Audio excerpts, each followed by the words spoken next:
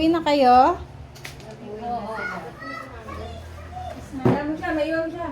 Gusto mo ba maiwan? Umpisa na naman ang ugali mo, Tikyo, ah. Nag-iiba na naman yung ugali mo. Siguro gusto... Bakit tayo mo sumama? Gusto mo lang dito? Tara na, dali na.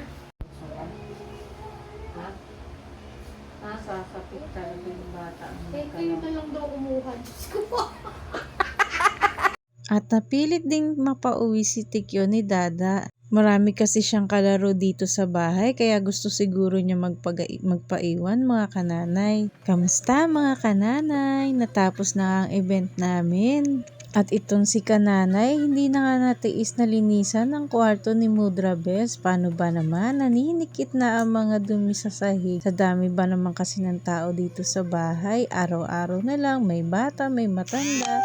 Labas-masok sa kwarto ni Mama. Ay, hindi ko nga alam kung paano sila pagsasabihan na dapat ay mini-maintain na malinis itong kwarto ni Mama. Madalas kasi may mga kapitbahay kami na binibisita dito si Mama sa bahay. Kaya minsan nakakahiya yung aming sahig. Sa dami din kasi ng bata dito sa bahay, kaya minsan di namin ma-maintain ang sobrang linis ng bahay. Kaya paano ba naman, maya't maya ang kalat nila, laro dito, laro doon. At kung may katulong nga siguro kami, ay siguro lagi siyang pagod sa amin. Pupunta na nga pala kami niyan sa school ng mga bata kasi tapos na sila mag-practice sa kanilang flag dance mga kananay. Bali hindi ko nga pala pwedeng ipakita muna kung paano nila ito ginagawa. Syempre, secret muna. Nagpagawa na nga rin pala ako ng name tag ng aking asawa para sa kanyang uniform na papalitan.